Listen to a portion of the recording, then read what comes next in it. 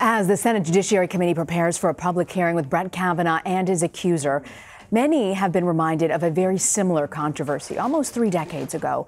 In 1991, Professor Anita Hill accused Clarence Thomas of repeated sexual harassment. She testified before a Senate Judiciary Committee that was comprised of mostly white men, all white men, while Hill told the committee how hard it was to come forward. After approximately 3 months of working there, he asked me to go out socially with him. What happened next and telling the world about it are the 2 most difficult experiences of my life. It is only after a great deal of agonizing consideration and great number of sleepless nights that I am able to talk of these unpleasant matters to anyone but my close friends. Justice Thomas was nominated to the Supreme Court by then-President George H.W. Bush. He denied the allegations, and ultimately he was approved by the Senate. Here's what he said before the committee. If there is anything that I have said that has been misconstrued by Anita Hill or anyone else to be sexual harassment, then I can say that I am so very sorry and I wish I had known. But I have not said or done the things that Anita Hill has alleged. God has gotten me through the days since September 25th, and he is my judge. Eugene Scott is in Washington. He's a political reporter for the Washington Post. So you revisited Anita Hill's story for the Post. What are the similarities from then and now? Well, one of the main similarities is that Dr. Ford, if she does testify before the Judiciary Committee, will be facing Republican lawmakers who demographically are pretty similar to the Republican lawmakers that Anita Hill faced. And this is also obviously someone who is revisiting a incident that happened years before, about a nominee who was nominated by a Republican president. And so the details of the incident are certainly different, but the desire that both women, both professors, would come forward reminds people of both cases. You know, there's a clear difference. We're in the Me Too era right now. Do you see this as a test for the Me Too movement? Absolutely. I mean, we have Anita Hill, who's generally considered a bit of a pioneer of the Me Too movement, given that she was talking about sexual harassment in the workplace before a lot of people were even familiar with the concept. This is an opportunity to see if people who are held to the highest standard in the land when it comes to laws and judging will also be held as accountable as maybe journalists and actors and other people in more entertainment fields have been held accountable. You look at the Republicans who make up the Senate Judiciary Committee, they're all men. There are no women from the Republican side. The 4 women who are on are Democrats. And you look at the senators that we're watching closely, Senator Collins, Senator Murkowski, these 2 women are actually not on this committee.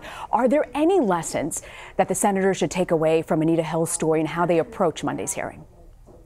Absolutely. I mean, when you think specifically about Joe Biden, who's flirting with a 2020 run, he has had to revisit how he handled Anita Hill's hearing. He was chair of the Judiciary Committee quite a bit, and he certainly said he owes her an apology and suggested that he wish he could do things differently. Many of the Republican lawmakers on this committee are quite honestly older and likely will not be pursuing presidential runs in 20 years. But this will go down in history, and how they respond to Dr. Ford will certainly carry on in their political legacy. And they will want to be known as people who stood on the right side of history when it comes to women's rights. Do you think they really will, Eugene? I mean, I'm kind of torn up when I talk to people about this. There's almost a generation of some men and women who look at this through a very different lens, and their age group is sitting on this Senate Judiciary Committee. And I look at a younger generation who view this sometimes in such a different light. Should we expect change from these senators, and will we get that? I think there will be some, but the majority, you are right, have suggested that they could respond to Dr. Ford in ways pretty similarly to how Professor Hill was responded to. You know, we had Senator Grassley, a Republican, say, you know, he would hate for someone to ask him what he was doing 35 years ago. And 35 years ago, Grassley was actually in the Senate. And we've seen conservative writers and thinkers on social media repeatedly say that what someone does at 17 should be somewhat irrelevant at 53. And so there hasn't been as much growth among some more conservative lawmakers and thinkers and writers as I think you would assume, given how prevalent the Me Too movement has been. You know, Hill and Thomas were black, Kavanaugh and Ford are white. Does race in any way play into these hearings and when you make the comparison?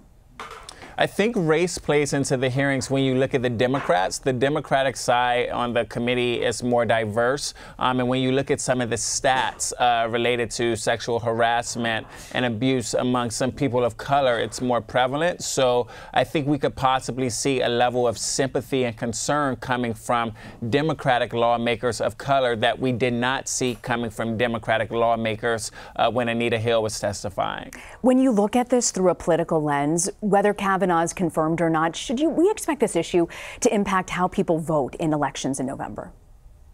Absolutely. The Republican Party has already been struggling with women. About a year ago, we had Ronna McDaniel, the RNC chair, notified John Kelly that they were polling really poorly with women. And before these allegations became public, only 29% of women were approving of Kavanaugh's appointment.